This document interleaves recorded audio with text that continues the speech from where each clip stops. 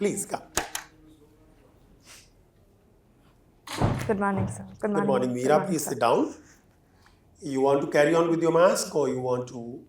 I can take it off if you don't mind. No, we don't mind. Okay, But in case you feel more comfortable with the mask, we have no problem. that's okay. Okay. MEERA, take 2 minutes. Introduce yourself. My name is MEERA. I come from Cochin, Kerala. I have done my bachelor's in economics from St. Xavier's College, Mumbai. And I also hold a master's in social work from Tata Institute of Social Science, Mumbai. I have experience of 3 years working in development sector and public policy. I first worked as a LAMP fellow with a member of parliament.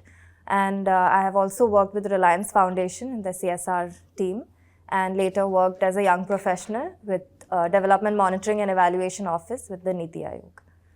Thanks. Please. MEERA, Yes, sir. you're from Kerala and you did your BA Economics? Yes, sir. Okay. Now tell me 5 major points of our economy. So we have been growing in terms of economic growth. We have been growing after the COVID pandemic, where we had recorded a negative growth rate. Secondly, in terms of inflation, we have largely been able to be resilient to the inflationary pressures which have been there in the global economy as well. However, we are trying to through our monetary policy, we have been trying to curb our inflation from going skyrocketing.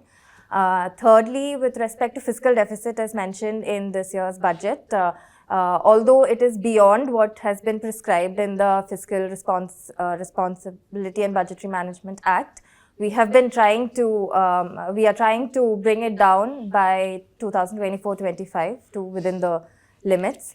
And with respect to, those were 3 points, I believe. And sir, and with respect to global economy, there is a forecast of a recession that may happen in 2023, but Indian economy is largely projected to be resilient to the recession as well. Okay. Suppose you get posted after selection to Kerala. Yeah, and you get posted to the tourism department and you are being tasked to make out a tourist plan. Yes, sir. For 5 days. So which all places would you select and with reason why? Sir, I would first come out with a tourist circuit plan, which would give adequate options to the prospective tourists, because Kerala has a lot of different aspects in tourism. For example, there can be a beach tourism, so which could cover the many beaches along the coastal areas, or there could be a forest tourism in places like Wayanad and Govt, which are largely unexplored. It will give you 2-3 hours of bus ride completely through the forest. It's a completely unexplored area. And otherwise, there can also be a religious circuit, because there are innumerable number of temples and arts and festivals associated but I'm with asking temples. you 5 places. You choose, that is your choice. You choose 5 places and make a circuit. Sir, Wayanad would be one. Kovalam would be another place, beach. Then in terms of religious places, actually my hometown, Kodungalur, would be one place that I would suggest, because it has a lot of importance religiously. Then in terms of backwaters, Alleppey would be another place that I would recommend. And for a city experience, Cochin and Fort Kochi, Mattancheri area. Just some time back, Cochin was in news. I think 2 multi-story towers were demolished. Yes, sir. So could you give us the why they were demolished, what were the reason, and in your opinion, should the administration be held responsible because of with all these permissions they had come up? Sir, the demolition happened because they violated the coastal regulatory zone norms. It was right next to the river, so which is why they had to demolish it. But in terms of my opinion as to the demolition, I think demolition of such huge buildings require a lot of pre as well as post consultation, because even today when we look at it, look at the area that was demolished, a lot of debris is still there. and the adjacent areas, adjacent homes and other establishments were affected in terms of the pollution from the demolition. And so those should also be considered while demolishing Pollution such is a very extremely high. temporary phase because it lasts only for a few hours. Sir, but even today, the debris and all the other building materials, concrete, everything is still lying in the same place. It has not been taken away from there. My question was that, okay, firstly they were demolished. Yes. And second part was that why they had come up in the first place, and should there be any need to take action against those who had granted the permission? Yes, sir. If the norms were violated, then action should be taken to those the officers who gave that permission. Okay, my last question. In the budget, government wants to reach to the last mile. Yes, sir. So how do you, what do you understand by this, and how government is planning to reach to the last mile? Sir, to the last mile in terms of governance, strengthening digital infrastructure in the rural areas as well for the provision of public services would be the main agenda to reach. MEERA, I was looking at your DAV. You are fit to be working with some think tank. MA in social work, and then lots of places where worked. Tell me, what do you mean by social stratification? So, social stratification in the society is basically differentiating the society into various strata on the basis of different features or characteristics. What is the role of social stratification in understanding a society and framing policies for that? So, understanding social stratification, I believe in policy making would help in targeting beneficiaries as the primary aspect. Because when we understand different stratas, we will understand what each strata requires, and then we can formulate policies accordingly. The government of India has been giving free food to a large section of our population for the last. It started during COVID. Now also we are doing it. Should it be done? Because there are critics who say because of this, the rural workforce has become idle. They are not venturing out to do something. It is killing entrepreneurship at the local level. People are getting food, just have 2 times meal and just relax. Because they are also getting cash. Sir, I am not against food, provision of food, especially at the time of COVID when... now we are out of COVID. Sir, even today there are extremely backward sections of the society who may not be able to afford food from outside if it is not subsidized or if it is not provided outside of our PDS system. So, for such sections of the society, I think free food distribution should be given. So, as a policy expert, if I ask you to redraw this policy, what part of it you would like to tinker with, and in what manner? Sir, from policy, I would look at the cost-benefit analysis, because even today, the PDS targets around 75% of the population, and there are also a lot of leakages within the system. So I would look at how these leakages can be plugged and how the benefits can be increased, more targeted, at the same time reducing the extremely high fiscal burden that the government incurs. The pilferage is that bulk of the food grain under PDS, it is smuggled into Nepal and Bangladesh. I hope you are aware. Yes, sir. So, which is why I said the leakages need to be curbed, sir. So, probably this digitization now, now we have POS systems instead of the manual ration cards.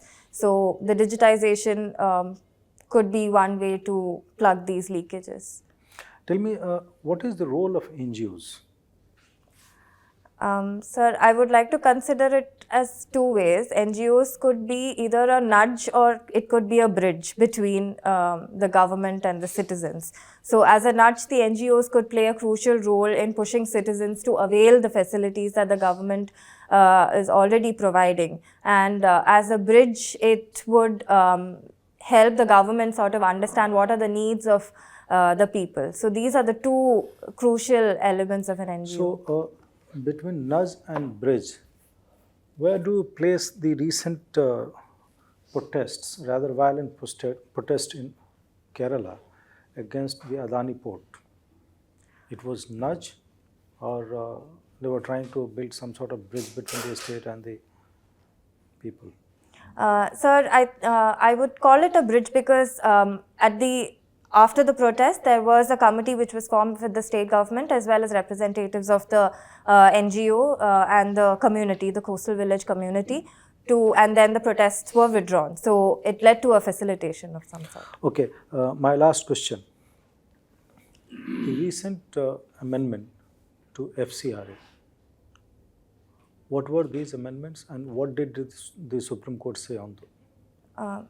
Sorry, sir, FCRA. There were some recent amendments to the FCRA and the matter had gone to the Supreme Court. So what those amendments were and what are the findings of the Supreme Court?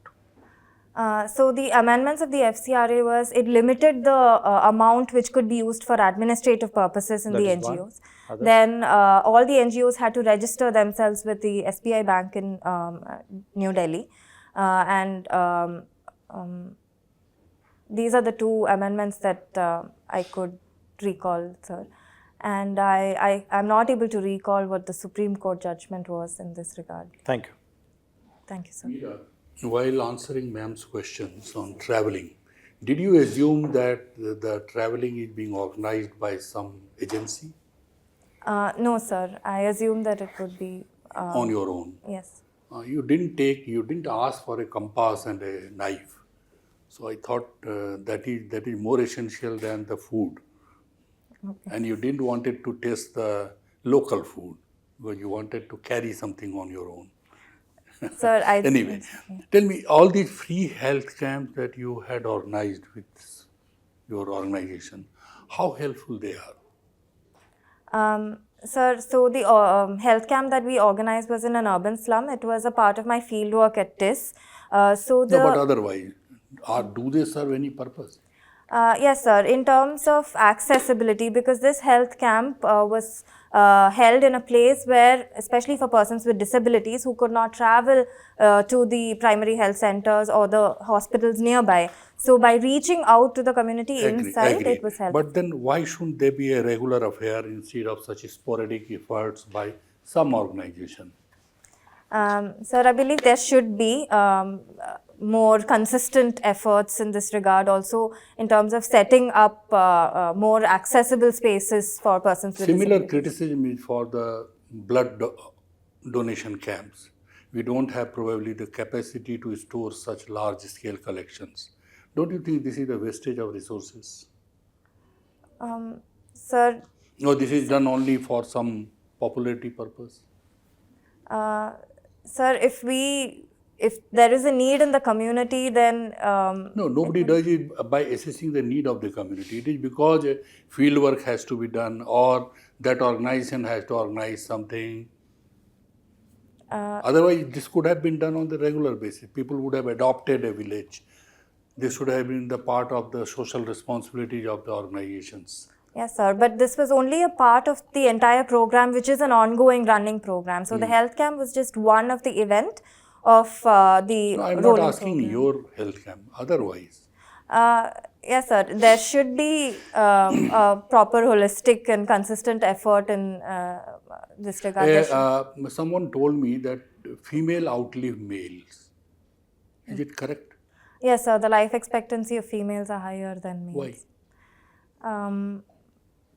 Sir, I'm not sure exactly of the biological And what are the reasons. social outcomes of this? Sir, it could lead to many a times females are not the main breadwinners of the family. So when the females outlive the males, then they may feel economically not empowered. And secondly, there could also be a sense of social alienation because the male could be more the social, not the social persons, sorry, but there could be social alienation in the widowhood as well. And many times it is started by the other females, the who are still still in wedlock, who are still not widows, like Saas Bahu. There are family problems. Yes, sir, there are family problems, but if the females are outliving males, I think there is a more sense of disempowerment. How do you see this, and what are the Government of India's policies for such widows? You know that there are widows who are living in isolation at Vrindavan, at Kashi, at many other such religious places. Yes. So what is Government of India's initiative? So there is a widow pension scheme. How much you pay there? I'm not sure of the exact amount, sir. Okay. So that is the initiative that I know of for widows. Apart from that, if it is a working or there's also national pension scheme for which they may enroll. So that could also be Your available. address says 54A Kaustubham. What is a Kaustubham? Kaustubham is a jewel in Lord Mahavishnu's necklace. What it is in modern day? How can I? Which stone is Kaustubham? I'm not sure of it, sir. You're not sure? No. Good. All right, Meera. I'm sure you have heard, as I have heard many times, we say justice should not only be done, but should also appear to have been done. Yes? Yes. You agree with this? Yes, sir. Yes, all right. In the recent years, can you think of maybe one instance where the justice was done but did not appear to have been done? But in another one, justice was not done, but it appeared to have been done.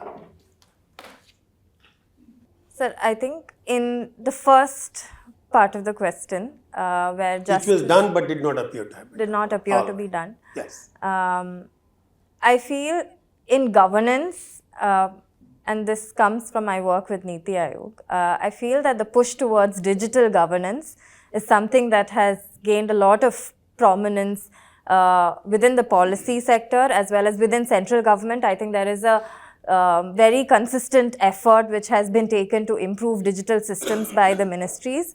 But I think it is not being reflected outside to the full extent.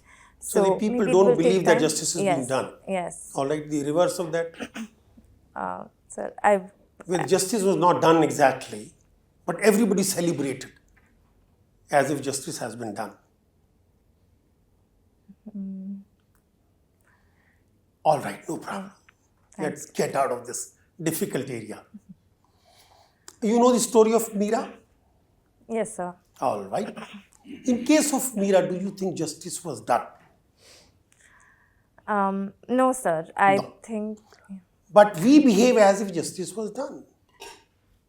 Isn't it? yes, sir. MEERA was in love with Lord Krishna. Lord Krishna. And that is why we remember her. Yes. If MEERA was in love with another person, not Lord Krishna, maybe a soldier in Rana's army, shall we remember MEERA? Maybe not, sir. But maybe That is, also. it's the prejudice in the society that if MEERA fell in love with Krishna, we celebrate, but if she had fallen in love with a soldier, we would not. All right. Another question. Common sense question. We always talk about accountability, right? And a lot of powerful people are accused of not being accountable. Yes? And one thing which many democracies do for enhancing accountability is the parliamentary vetting of important nominations, which in India we don't do. Do you think time has come for us to at least adopt that system, if not fully but partially? Because the bureaucracy, the senior people, they are simply not accountable to the public, because the only body which represents public is the parliament. Sir, parliamentary accountability of the bureaucracy or in terms of nomination, Or the ministers, or the judges, or the other senior positions, heads of different commissions and things like that, or even governors, for example, or the ministers, for example. Go through that ritual of answering the questions to the parliament.